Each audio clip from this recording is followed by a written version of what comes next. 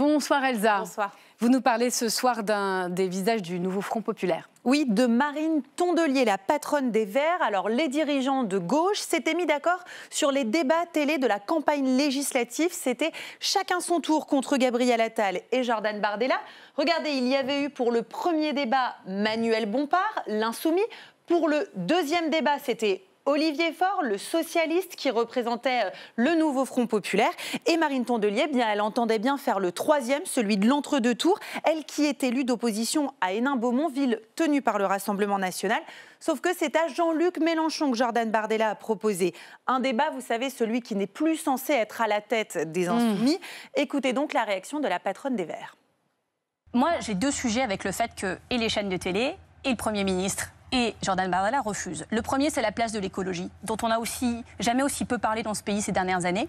Mais moi, je voulais aussi vous parler de la place des femmes dans tout ça.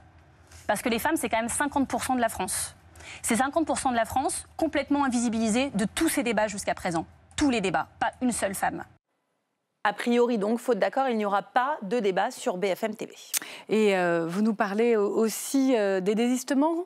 D'une consigne de vote un peu originale. J'ai trouvé un député de la majorité qui appelle à voter pour le nouveau Front populaire, ça existe, mais contre un autre candidat de la majorité. C'est dans la deuxième circonscription de Paris, c'est Gilles Legendre, l'ancien président du groupe La République En Marche.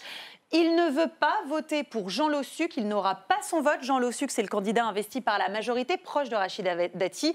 Il va donc voter pour la candidate socialiste. Voilà donc un vote original. Il y a des désistements et des non-désistements. Oui, Valérie, vous parlez en première partie d'émission de ces désistements, mais certains décident de se maintenir contre l'avis parfois de leur parti, contre certains appels. On va surveiller donc 3 circonscriptions dans lesquelles il y aura des triangulaires avec des députés sortant de la majorité qui se maintiennent alors qu'elles sont arrivées en 3e position. Huguette Thiénia dans le Lot, Anne-Laurence Pétel dans les Bouches-du-Rhône, Émilie Chandler dans le Val d'Oise. Donc elles refusent, ces dames, de se retirer. Elles se maintiennent. On finit avec un clip rap qui fait beaucoup réagir. Oui, un collectif de rappeurs qui a sorti une chanson et un clip, ça s'appelle No Pasaran.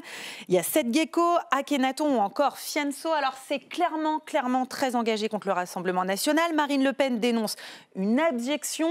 Évidemment, c'est pas une berceuse. Que vous aimiez ou que vous détestiez, si vous écoutez, les bénéfices sont reversés à la Fondation Abbé Pierre. Oui, qui a été pilonnée par le Rassemblement national et Jordan Bardella. Allez, c'est la fin de cette émission.